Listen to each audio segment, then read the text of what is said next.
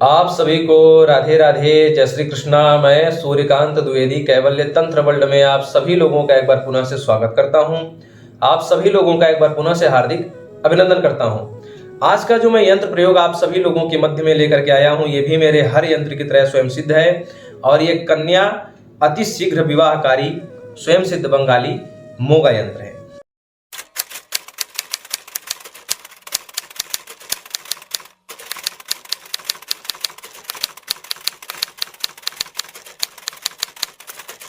आज का जो यंत्र आप सभी लोगों को मैं सिखाने जा रहा हूं, ये बड़ा ही परोपकारी यंत्र है। सबसे पहले क्योंकि हमारे शास्त्रों में लिखा गया है कि कन्या का विवाह अगर थोड़ा बहुत झूठ बोल करके, झूठ सांच बोल करके भी अगर करवा दिया जाए तो वो झूठ पाप की श्रेणी में नहीं आता। ये बहुत पुण्य कार्य होता है किसी कन्या का विवाह करवा देना, ठीक है।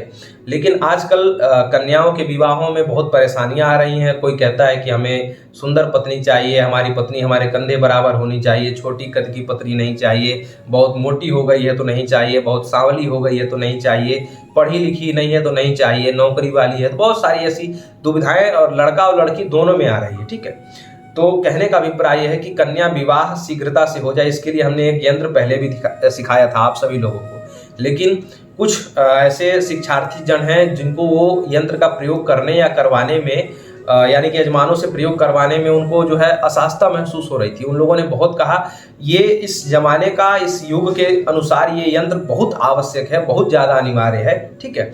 वंश बंधन या विवाह बंधन का जब एक प्रयोग कर दिया जाता है या फिर कोई ऐसी बुरी शक्ति या बुरी आत्मा का जब प्रवेश होता है लड़कियों के शरीर में, तब भी विवाह नहीं होता है, ठीक है। इसलिए लड़कियों के जब लड़कियों का विवाह न हो तो उस समय थोड़ा बहुत तंत्र काट भी आप लोगों को कर लेना चाहिए।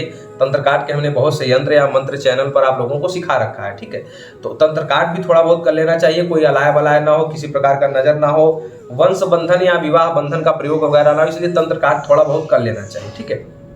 उसके बाद आप लोगों को क्या करना है, जो हमने पहले प्रयोग दिया अगर आप उसमें सक्षम है तो वही करवाइए।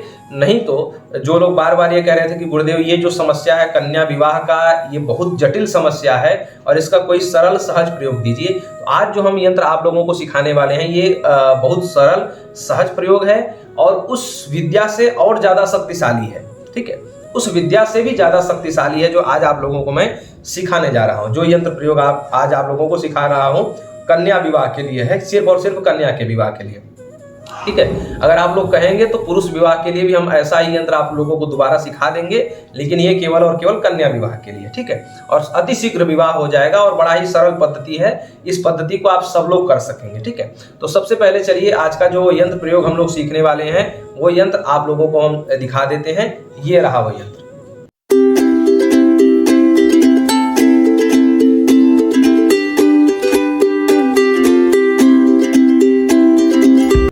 यही यंत्र है, इसी यंत्र का प्रयोग आप लोगों को करना है, ठीक है। सारी चीजें आप लोगों को विधि बताई ही दिया गया, लेकिन फिर भी मैं आप लोगों को बता देता हूं कि शनिवार या मंगलवार के दिन आप ये यंत्र बना सकते हैं, ठीक है। भोजपत्र पर बना लीजिए, सादे कागज पर बना लीजिए, कोई दिक्कत नहीं है।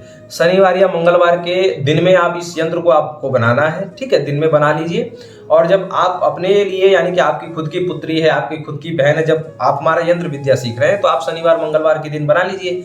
अथवा आप क्लाइंटों का कार्य कर रहे हैं तो शनिवार या मंगलवार के दिन उन्हें बुलाइए और वहीं पर आप एकांत में जाकर के, जहां पर आप यंत्र निर्माण करते हो, जहां पर यंत्र निर्माण कक्ष आपका बना हुआ हो, वहां पर जा करके आप ये यंत्र बना करके और तुरंत भी दे सकते हैं। या फिर आप ऐसा करें कि सुबह सुबह ये यंत्र आप बना लें और दोपहर में उनको बुला करके या शाम तक उनको बुला करके उनकी उस कन्या को या बहन को जो भी है उस जो है विवाह योग्य जो कन्या है उसको आप धारण करवा सकते हैं शनिवार या मंगलवार के ही दिन, ठीक है।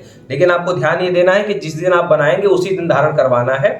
नीचे इस यंत्र के कन्या का नाम और उनकी माता का नाम लिख देना है, ठीक है। ये सारी चीजें हो गई। अब इस यंत्र के और भी कुछ शर्तें हैं, ये मैं आप लोगों को बता दे रहा हूँ। ये यंत्र आपने बना लिया, इस यंत्र के लिए ऐसा भी कर सकते हैं आप शनिवार को बना करके मंगलवार को पहना सकते हैं या फिर मंगलवार को बना करके शनिवार को पहना सकते हैं। मतलब यही दोनों दिन कॉमन होना चाहिए और कोई दिन नहीं चलेगा, ठीक है। ये दोनों दिन ही आपको बना करके पहनाना है, ठीक है। अब ये यंत्र बना करके नीचे नाम लिख करके थोड़ा सा सूखने दें। सूखने के बाद क्या करना है, आपको चांदी का ताबीज लेना है, मतलब इसका जो कवच होगा वो चांदी का होना चाहिए। चांदी का कवच आप लेंगे, उसमें इस यंत्र को सबसे पहले डालेंगे, ठीक है। उस चांदी के कवच में ये यंत्र मोड़ करके, जैसे भी आप लोग अभी तक करते आए हैं वैसे ही आप जो है इस यंत्र को मोड़ करके डालेंगे उस चांदी के कवच में। उसके बाद आपको क्या करना है, तुलसी माता की जड़ का एक थोड़ा सा टुकड़ा जो उस कवच में घुस जाए। तुलसी माता का जो वृक्ष होता है, आप लोग कहेंगे श्यामा तुलसी की, हरी तुलसी, किसी भी तुलसी का, चाहे श्यामा तुलसी जो काली रंग की तुलसी जी का वृक्ष होता है या फिर हरी रंग की तुलसी जी का वृक्ष होता है, इससे मतलब नहीं है। तुलसी जी का वृक्ष हो और उसकी जड़, कहीं सूखा पेड़ वगैरह पड़ा हो तो उसकी जड़ तोड़ लें, ठीक है, जड़ ही चाहिए, तना वगैरह नहीं। तो कहीं सब अच्छी बात यह है कि कहीं सूखा पेड़ पड़ा हुआ हो, किसी दूसरे के घर में भी पड़ा हुआ होगा तो चलेगा, आप ले आ सकते हैं। ले आकर के उसके जड़ का एक थोड़ा सा टुकड़ा तोड़ करके उसमें डाल देना है। और किसी भी तुलसी के वृक्ष के नीचे की मिट्टी थोड़ी सी, मतलब ठीक है, थोड़ी सी मिट्टी जो है उसी में डाल देनी है। मतलब सबसे पहले चांदी के कवच में आपने यंत्र डाला, उसके बाद थोड़ा सा जो है जड़ का टुकड़ा तुलसी माता का, और तुलसी माता के ही जो है वृक्ष के नीचे की मिट्टी थोड़ी सी उसमें डाल दी आपने। किसी भी दूसरे वृक्ष का जड़ डाल सकते हैं, किसी दूसरे वृक्ष के नीचे की मिट्टी डाल सकते हैं, इसमें कोई भेद नहीं, बस तुलसी का प्रयोग होना चाहिए। और ये फिर ऊपर से पैक करके ताबीज को बंद करके लाल धागे में पिरो करके उस जो है विवाह योग्य जो कन्या है उसके बाएं हाथ में धारण करने के लिए देना है या फिर गले में धारण करने के लिए देना है, ठीक है। इस ताबीज का नियम यह है कि रात को पहन करके इसको वो विवाह योग्य जो कन्या है रात में पहन करके नहीं सोएगी और किसी सूतक वगैरह में इस मतलब निकाल करके रख देगी। ये इसका मतलब पूरा परहेज है, ठीक है। मांस मदिरा का सेवन ना करे, मतलब उस कन्या को आप मना कर देंगे कि जब तक उसका विवाह हो जाए तब तक उसको मांस मदिरा के सेवन नहीं करना है। इस जो है उसमें मासिक धर्म के समय भी इसको निकाल के रखना है, मतलब इस यंत्र को कुल मिला जुला करके पवित्र रखना है, ठीक है। लेकिन ये बड़ा ही सरल और सहज प्रयोग है, लेकिन इसके परहेज यही है, जब जिस कन्या को आप धारण करवाएंगे तो उससे ये कह देंगे तुम्हारे घर में जन्म का सूतक हो, यानी कि जन्म में अशौच लगा हो या फिर मरण सूतक लगा हो, उस समय तुम्हें निकाल करके मंदिर घर में या पवित्र घर में रख देना है। मासिक धर्म के समय नहीं पहनना है, रात के सोते समय नहीं पहनना है।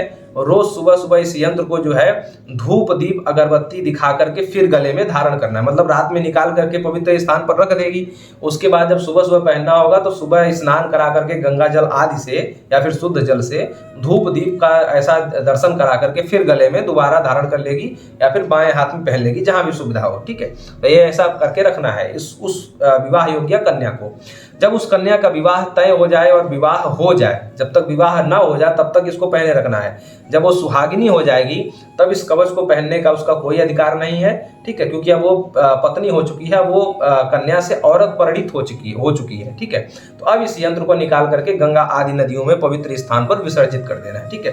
क्योंकि ये जो यंत्र है कन्या के पहनने का ही अधिकार है, औरत को पहनने का अधिकार नहीं है, ठीक है। तो उस कन्या से आप ये भी कह देंगे कि जब तक पहनी हो, शादी तय हो जाएगी अगर 2-4 महीने के अंदर, तो आप शादी के बाद जो आप पत्नी बने तो उस समय ध्यान पूर्वक जो है आप इसको निकाल करके गंगा आदि नदियों में विसर्जित कर देंगे, ठीक है। ये ध्यान रखना है।